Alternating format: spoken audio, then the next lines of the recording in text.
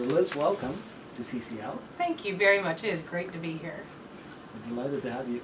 Maybe to start out, could you just tell us briefly about yourself and your organization? Sure. So my name is Liz Mallas. I work for a company called GRM Futures Group, which is an international development consulting firm, in addition to other activities that we do. I've been there about 11 years, having worked across the globe in international development, mostly in public health and mostly focusing in HIV prevention.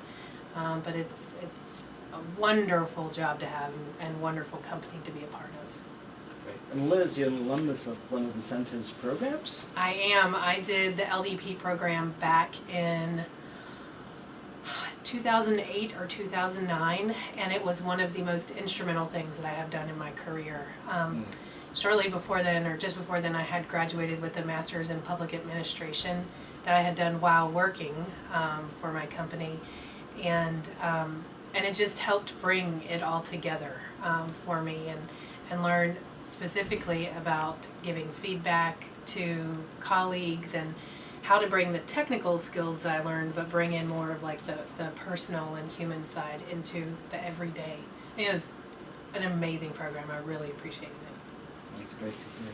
So, in part, you're here today to explore maybe potential collaboration between CCL and your organization, and you work extensively in the field on projects. So what is the connection you're making around the value of leadership development to achieving social outcomes, be they in public health or economic outcomes, all the things that we try to do in the development sector? Why does leadership development matter, and who should it be for? Yeah, well, I mean, maybe I'll start with your last question. It should be for everybody, because every single person has a role in improving quality of life or social impact.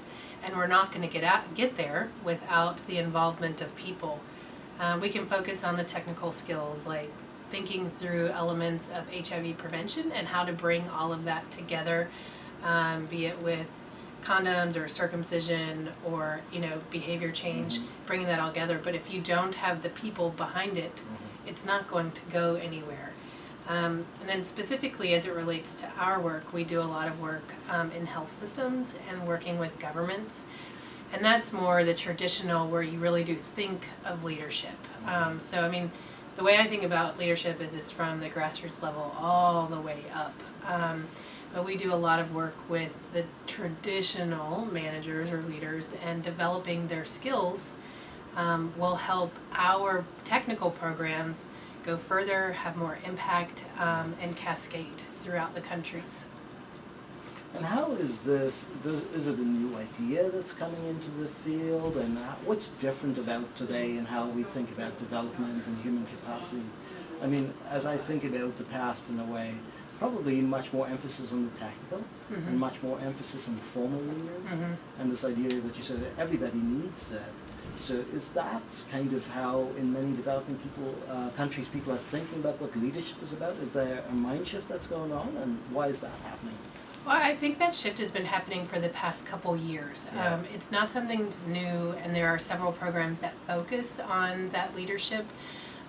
But a couple years ago, I think 2 years ago, USAID implemented USAID Forward.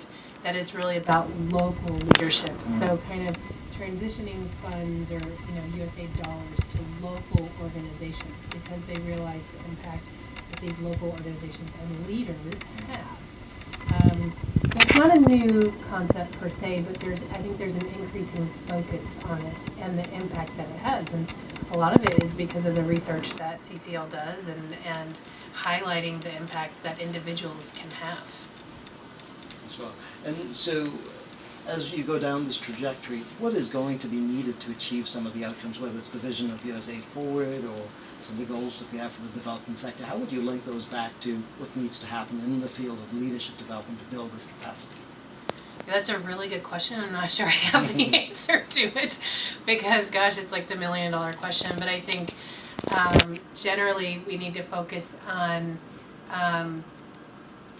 this is going to sound so basic, but how to increase the self-awareness of people in developing countries and how they work together and how they can be most effective working individually, as a group, and kind of holistically all together.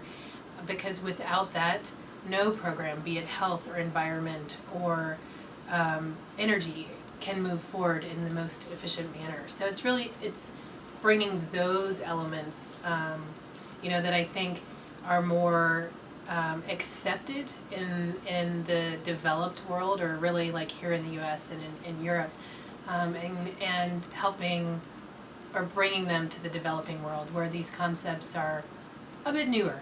Not new, but haven't been cascaded the same. Right.